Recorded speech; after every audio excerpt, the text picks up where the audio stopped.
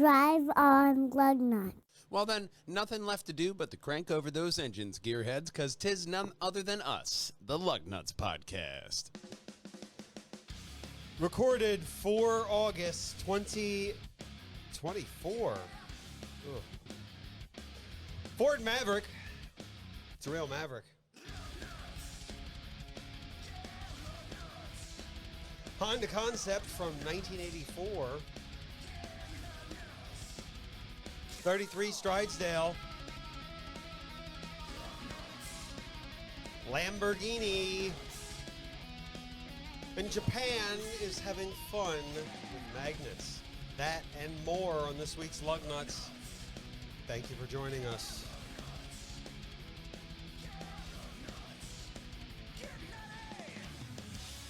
Enjoy the show. Drive on Lugnutz. Right on over here, Facebook.com/Lugnutz Podcast. That's where you're going to find all of our luggy and nutty polished content coming to you, as well as our website, pjandwh.com, where you can find all of our podcasts in the Perjangers and Wallhangers Media Network. A lot like you can find this first story. This one's a real Maverick. You know? It's a real Ford Maverick. Get one for $26,295 for a 2025 Maverick. They went and crammed a bit more technology in there, and there's a hybrid in your man's SUV. Yeah, I mean, you They're still nice. have a little bit of a bed, you know, nothing that it will actually be useful for But- what you actually need a truck for. But they have a 13.2-inch center touchscreen. So, So you could sit there and touch touch your it. screen yeah. while you're parked and wishing, how can I find a better truck that can haul this when I thought this one could? The Maverick was introduced in 2021. Man, it was a real Maverick back then, too. They're finding that a lot of people who are buying these are their first ever truck or their first ever vehicle. Okay. So, because of the price point. Yeah. They're starting out in the Ford world. Everybody can afford a $60,000 to $80,000 truck. I mean, when you need a truck, yeah, and you're looking at that range, especially now. I mean, I remember back in the day, they were completely bitching about Toyota's price on trucks. Yeah. Well, 80% of Maverick owners have not owned a truck. And when you do own this truck, you get a 2.5-liter hybrid engine capable of 191 horsepower, 155 foot-pounds of torque. Or you get a 2-liter EcoBoost rated engine at 234 horsepower and 277 torques. If you want to pull anything, you're going to want this one. But Yeah. I mean, since it's a man's SUV, do they give them the fabric bag for going into grocery stores now? So no, that's only with the special edition okay. and a triple price markup. We're not going to mark you up on this next story. 2025 brings many things like this 2025 Chevy Corvette ZR1. They're going to go with a V8 5.5-liter twin turbo. The last one produced 700 and some horsepower. This one will produce 1,064 horsepower. That is a 309 leap over the last model. It's 309 more horsepower than I saw in that guy had today. Yeah, 100%. It's more horsepower than you had. And they like to point out that it cost $100,000 less before markup than their European exotic. Yeah, that's dreamy. Torque peaks at 828 foot-pounds at 6,000 RPMs, 1,062 horsepower max, hits at 7,000 RPMs. Speed sensors at the turbos say the tips are traveling 1.7 times the speed of sound. Okay. That's And impressive. It looks awesome. Yeah, it does look great. I mean, especially it looks what you want it to look like. Do you have Corvette, a photo of the inside here? Because the inside See a notoriously ridiculous had a console wing that's like video this here. big. Yeah, I mean, Jesus, I can't even Yeah, see it because that's- it's camouflaged. Go down. We don't watch their videos. This is the front. It's nice. Yeah, no other kind of. You get the wheels, Great. nice wheels. Oh, so there you they've go. lowered it. Because in years past, I remember it was like, yeah, I'm driving. What's it to you over there? I mean, Keeps you around. it's still very much Click, like click, that. click, Look at click, that. There- clickety, click, there's click. they just lowered the wall a little bit. Yeah. They just all right. You can see your passenger. You're allowed to look at them. Trump- Don't touch anything. If Trump gets elected, do they have to make that wall a little bit bigger? The specs may go up a smidge, but it's just to deter any kind of illegal crossing. But there will be no illegal crossings on this one because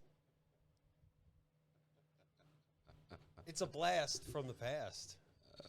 So my first thought was remember the Astro vans, the futuristic. Someone took one and went, "There you go. That's what we do." Kinda, because the Toyota Previa was a van, and they had the engine under the driver's seat. So if you wanted to add oil, you had to lift up the driver's seat, add oil, put the driver's seat back down, Sounds like a big giant. and thing, it was right? a rear-wheel drive car. And it was a little drift machine, which is what you don't want a van to be. So it was so much fun as young adults driving, but thank God they do not put that in vans now. There's traction control and a whole bunch of things that make it less fun. Well, in 1984 at the Turin Motor Show, they showed this, the HPX, at a 2-liter V6 engine from Honda's Formula 2 race cars. Okay. Kevlar and carbon fiber was inside. It does not make the car bulletproof, guys. The forward thinking of the HPX has undenied impact on the industry. It's like when you buy shoes or something and they're like, hey, that's Kevlar. Like, okay. That is kind of a point of concept cars to like change. We could do this. Oh, we could have But, like, Kevlar in yeah. there. We could have Kevlar. At the time, And it was- carbon it fiber. It had to have been a new product. Yeah. Had to have been. Add that in there. Why They not? say it highlights for them to push the boundaries on automotive design. I would say absolutely. It gives us more of like that cyberpunk, that Star Trek, that kind of futuristic feel to a car. Very slanted. The white part Yeah. tilts up, and The you get whole in thing. that way, or is it just the Man, glass? that'd be like one of those old Matchbox cars to where they'd open up like the Oh, funny yeah. cars and they close back down. I hope it's not like that. If anything, I would want to see that glass pop Can you forward. imagine having to replace that glass? Look Like- how big that glass is. Ooh. Like one of those old sci-fi ones to get steam when that thing's there. There's a bunch of servos and shit that pop that glass up there. Well, there's a lot of servos working on this next story. Here it is, the Japanese 5. They're shoring up their auto industry to make the Japanese auto industry stronger by an alliance. Combine and compete strategy for an automotive age. Defined by batteries, software. They will work on the manufacturing process and all those things. In this, Toyota Motor Company will be the leader. Toyota acquired stakes in Subaru, Suzuki, and Mazda. Okay. They're going to help them navigate the future waters of everything. Well, I think Mazda, as good as they look, they have a solid technology for their engines, but they definitely need help for the future. Yeah. They definitely, they have not done anything like, hey, what was it? Maybe like the hybrid rotary engine they were talking about, but they haven't really done. It's just like, no, we have another Mazda 3. It's right here for you. They haven't really been doing thing anything. Is that they wanna do lots of things with batteries, but the batteries are still too heavy. Yeah. They're like, that's Yeah. not a sports car. It has to be. They're very purist. And I love that about them. It does say that. If it is not going to work for them, they don't put it out, you know? So it does say, all right, well, show me how then, Mr. Smarty Pants. Show me how to do that then. And they're going to go in there and they'll be like, all right, well, do this. This is seen as a move by Japan's government to fortify the auto industry, being that China is the #1 exporter of cars, except to here. I don't think they send them here. No, we wouldn't. Otherwise, we'd see them and I'd report on them. We would know about Chinese cars, and we don't. Stellantis did something similar, and Volkswagen Group did something similar with Mercedes and BMW. I mean, we occasionally report about like concept cars that come out of China, or they're going to China, stuff like that, like vans and stuff. Especially American cars that are trying to go into China, but not much out of China. But you can get out of this commercial and go into this one. Picture Perfect Small Towns. Get it on Amazon today. This is the Alfa Romeo 33 Stridesdale. Twin turbo 3-liter V6 with over 612 horsepower, 0 to 60 in 3 seconds. Top speed 207. And it's a looker, too. Oh, yeah. Looks good. It's a fantastic looking Looks car. fantastic. I should hope there's more photos down not that guy. Oh, you don't want to see that guy? Okay. Here we go. There you go. Photos down. It really looks good in blue. great That's a in blue. different color of blue. Yeah, it really shows off the lines of the car with the blue. Absolutely. And the wheels are also a different color. Well, Alfa Romeo says the way they usually say with the engine: elegance, elegant harmony, and sophisticated melodies. Don't you feel those sophisticated melodies? I feel sophistication when I'm looking at, especially that. Like, we caught it in the middle of transforming right here with this picture. Like, oh, I'm so sorry. I didn't mean to be open like that to you. Well, if you're going to be one of the people who are going to get your hands on them, you better run to the store now because they're only going to make 33. Oh, wow. That's very select. That's it. Alfa Romeo. So call your salesman today. Excellent performance on the track without compromise, comfort, and ease of use. And now that I'm thinking of it, everyday since driving. this is released after the fact, you probably should have already talked to your salesman on this car. Right. If you If it's only 33, I imagine they've already called like 40 people. You want it? Right. We only got 33, but if one or two fall out, you're 34. Someone out there is like, yes! You know what I mean? You're on that call list. You're waiting like, oh, hang on. I'm going to get this amazing car. That's right. There could be a lot of amazing cars with this next story. Not quite, but this is the Dodge Daytona configuration. They have several different configurations, sort of a step-up process here for Dodge. This one starts at 68.57. They have stage 1 adds 40 horsepower over the regular to a total of 469 horsepowers. Okay. A couple of the things, I guess all the other upgraded versions get all this stuff as well. Leather seats, performance seats, ventilated, heated second row seats, like anyone's actually going back there. Interior. We're going to go do some lighting. dangerous racing. You want to sit in the back seat? Like, hell yeah. Is it ventilated? 16-inch you gauge know it. cluster. Hell yeah. Premium LED headlamps, all sorts of stuff. That's the selling point. Alpine Pro 18 speaker audio system, 914 watt amp. Just wait till you hear Freebird on this bitch. 20s with special badges for the Scat Pack version at 82,170. They get 80 more horsepower to get you to 670 horsepower. But you have to scat while you're driving. That's where they get you with the Scat Pack. I think it's just how the engine sounds.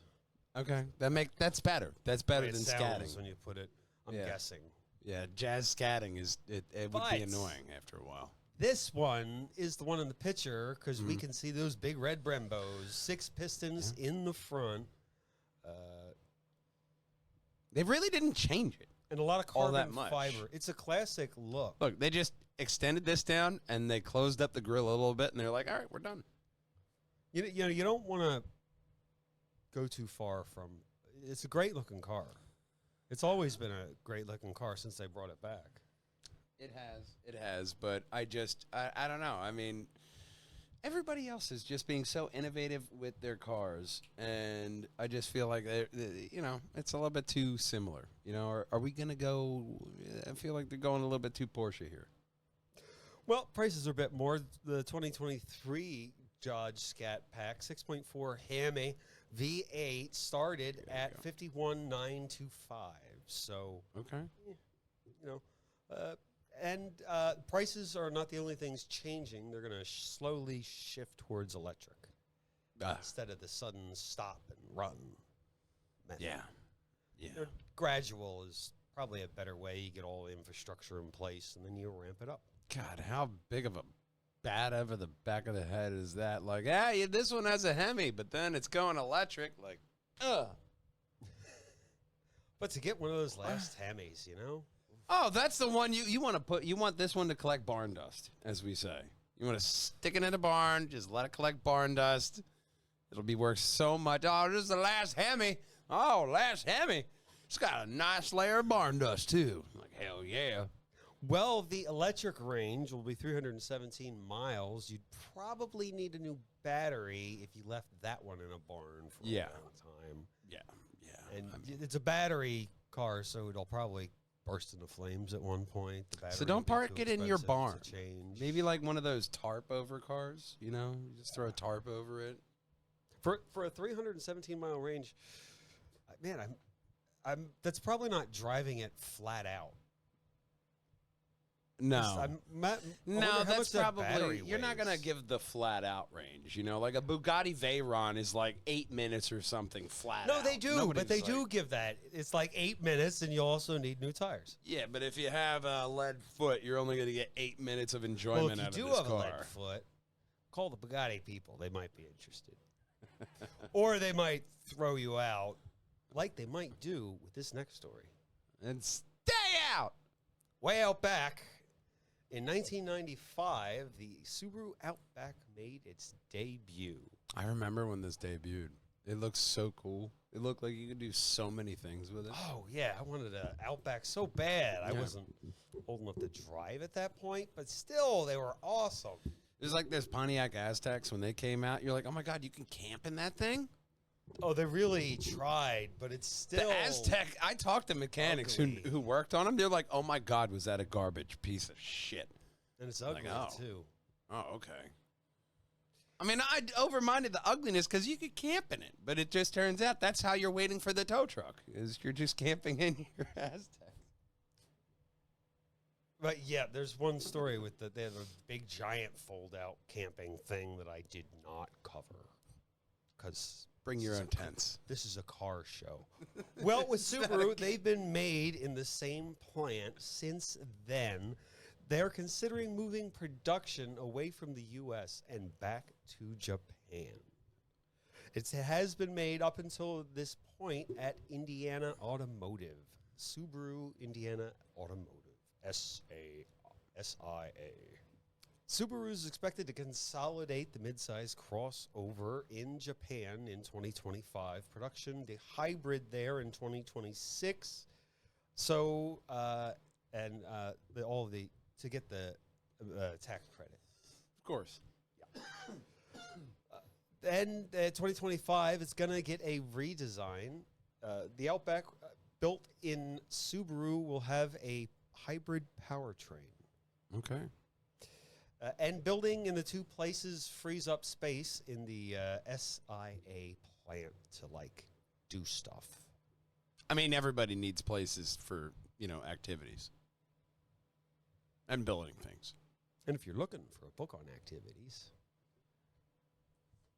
do you have a book on two places you could do activities in? Hey, there's a book right there. You can go to Amazon and purchase Picture Perfect Small Towns, York and Media, PA. My first book, where you're going to find scenic, picturesque locations from York and Media, PA, as well as a whole bunch of sculptures and more. And you will enjoy it just like all the other people have who have purchased.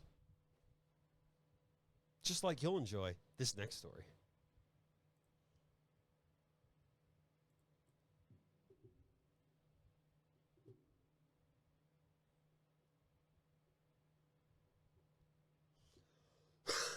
I didn't need any other pictures in this one. Where do you hear about this paint? Lamborghini Revoluto Opero Unica. Popo Gijo. Or something close to that. This is a new Lamborghini called Unique Work in Italian. Okay. That's what I'd call it too. Shown at Miami's Art Basel show, required 435 hours to paint the bodywork, another 220 hours for hand completing details, and another 475 hours on top of that. So it's probably cheap. Yeah, sure, especially for a Lamborghini, but that's some amazing looking paint job. I mean, Oh, yeah. what a picture. Oh, my God. The amount of just people who inspect, like, each car for paint on there and the amount of money they get. Oh, my God. I expect that car to, to be a lot. This was inspired by the coastline of Sardinia. Okay. That's why it's blue? I guess. It's an island. There's a hotel there. That's where this Blue. is.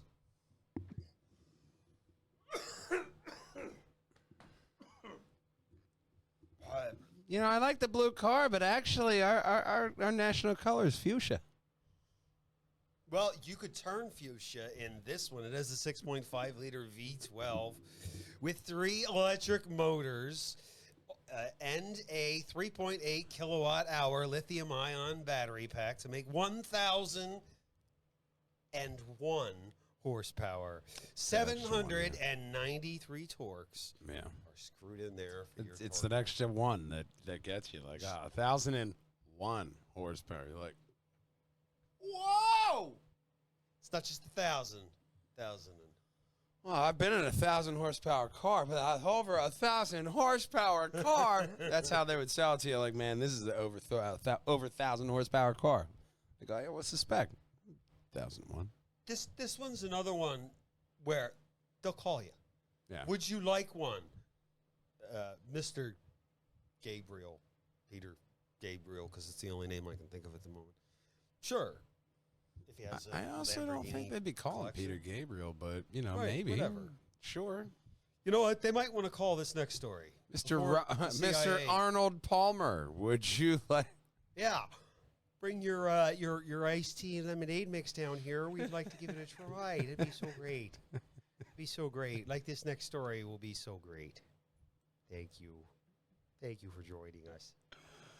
Hybrid can mean many things, but in Japan, hybrid now can mean magnetic levitation, like the trains. Remember the maglev ultra high-speed trains? Yeah, they've been using them for a long time over there. With like, what if we do that? And we like put that technology inside the engine. What do you get? A really fast fucking car. Well, you get a magnetic car. This is a Japanese research have attached a quantum machine unit of the Okinawa Institute of Science and Technology. Why is it? Ois! Yes, Ois. They report to having created a track that provides magnetic levitation where you do not need an external power. Japanese researchers attached to the quantum machine unit of the Okinawa Institute of Science, OIST, have reported to creating a track that provides magnetic levitation, which does not need external maintenance power. Kind of like the perpetual Yeah, energy. and it's like this. Any of those sci-fi like train systems and like air speeders that they're all maglev. You Yeah. know. Well, it does need a little power to start up, but after that, Objects included in the car will operate without needing extra battery engine juice. That's amazing. The car is required to be made of a dynamic material, then magnetized along tracks to provide intense magnetic field that causes objects to float on the surface because of the magnetic field. Did you say a dolomite surface? Dynamite surface. Okay. No. Different. Different surface. Go back up. Dynamic. There you go. I knew it was a different thing. Dynamic. Dynamic, not dolomite. It's a They different pulverize graphite, which is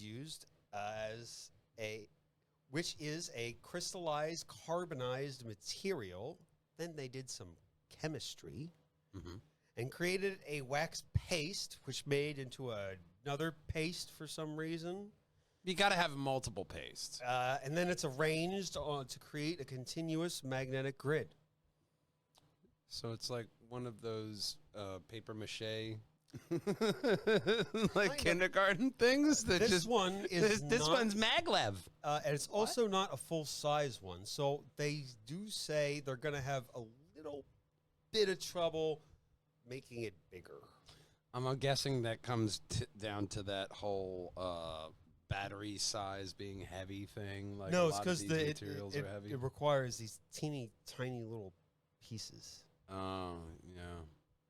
And they got to get it to work. You got to Yeah, you got to have all those Gotta- pieces. make those pieces bigger or whatever.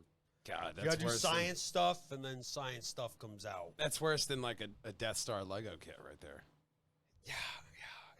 God, that's like so many pieces. But there are many pieces to the internet. Some of them you could find over on our internet page faces. We want you to hop on over here to facebook.com/Lugnutz podcast. And that's where you're going to find all of our Luggy and Nutty polished content coming to you at a timely manner.